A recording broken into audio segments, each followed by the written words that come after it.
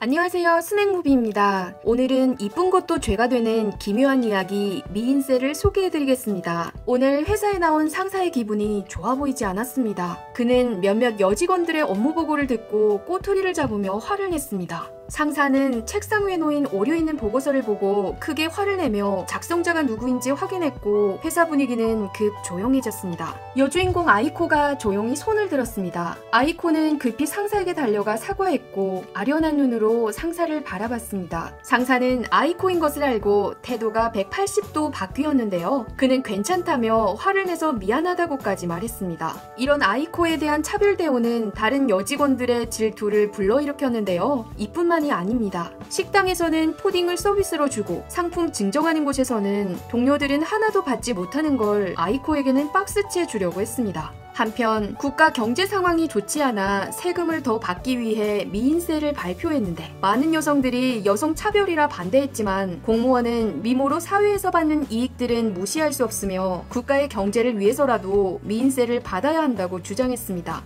그럼 저는 절대 세금 낼 일이 없겠는데요? 아무튼 미인세의 결정은 화제가 되었습니다. 아이코가 동료들과 식당에서 계산을 하려는데 아이코 차례에 갑자기 경보가 울렸습니다. 아이코를 스캔 후 직원은 아이코에게 20%의 미인세를 추가로 요구했습니다. 아이코는 내키지 않았지만 지불할 수밖에 없었습니다. 또 아이코는 물을 사도 세금을 내야 했습니다. 매체에서 인터뷰한 것을 보면 한 아저씨는 자신이 클럽에서 돈을 많이 썼으니 당연히 지지한다고 했고 모자이크 처리한 여성도 미녀 우대가 너무 많기 때문에 찬성한다고 말했습니다. 아이코는 다들 동의하는 것에 대해 놀랐습니다. 오늘 월급날이라 아이코도 기쁜 마음으로 월급을 확인했지만 표정이 급 어두워졌습니다. 그는 급히 상사를 찾아 왜 20%를 깎냐고 물었지만 상사도 국가가 규정한 것이라 어쩔 수 없지만 아이코에게 밥을 사는 것은 몇 번이라도 괜찮다고 말했습니다. 아이코는 불만을 참지 못하고 미녀들을 거느리고 정부에 항의하러 갔습니다. 그러나 직원도 어쩔 수 없다며 그래도 어릴 적부터 미모로 받은 혜택이 많지 않냐며 말했습니다.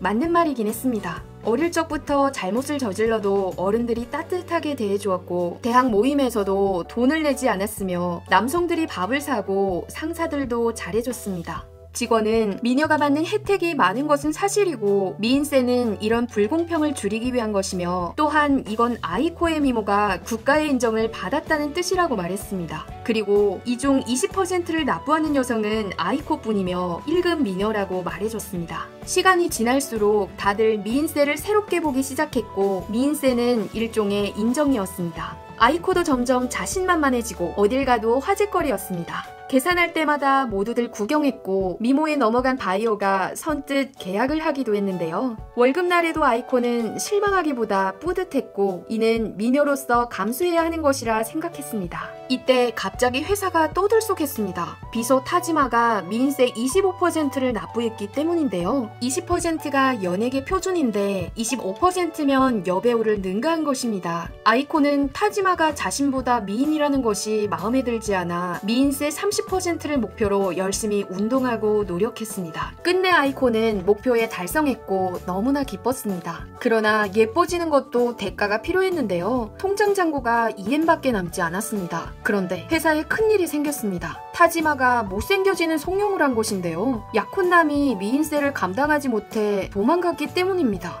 상사도 아이코에게 퇴직을 요구했고 계약은 남았지만 회사도 매년 미인세를 납부해야 되기 때문에 어쩔 수 없다 말했습니다.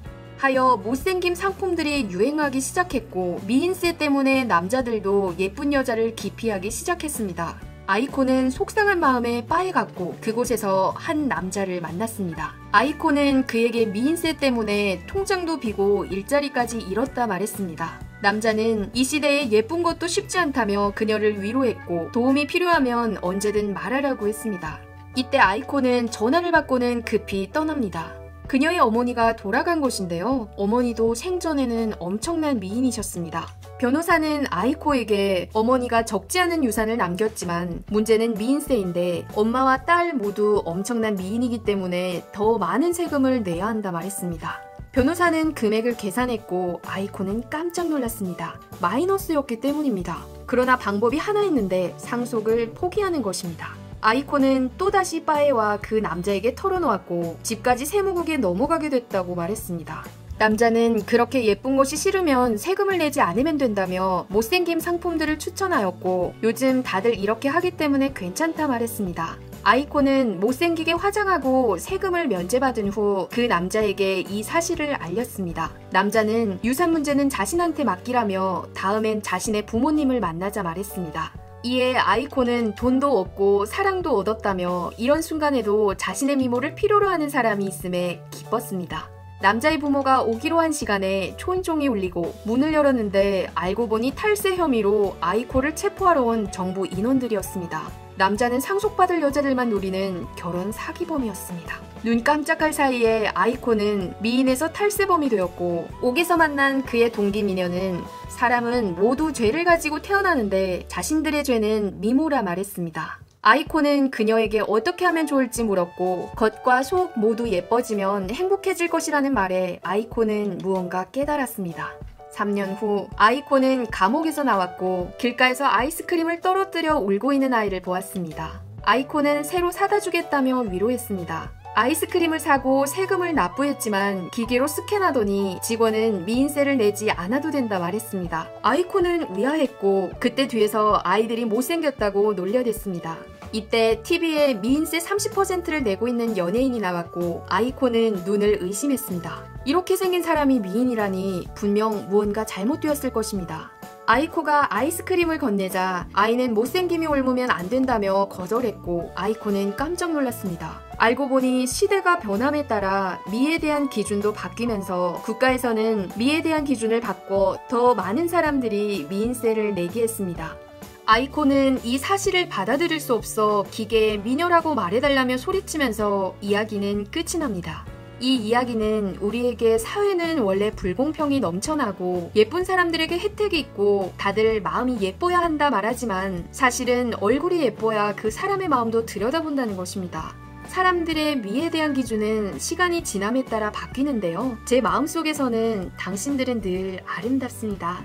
스낵무비였습니다. 재미있게 시청하셨다면 좋아요와 구독 부탁드립니다. 감사합니다.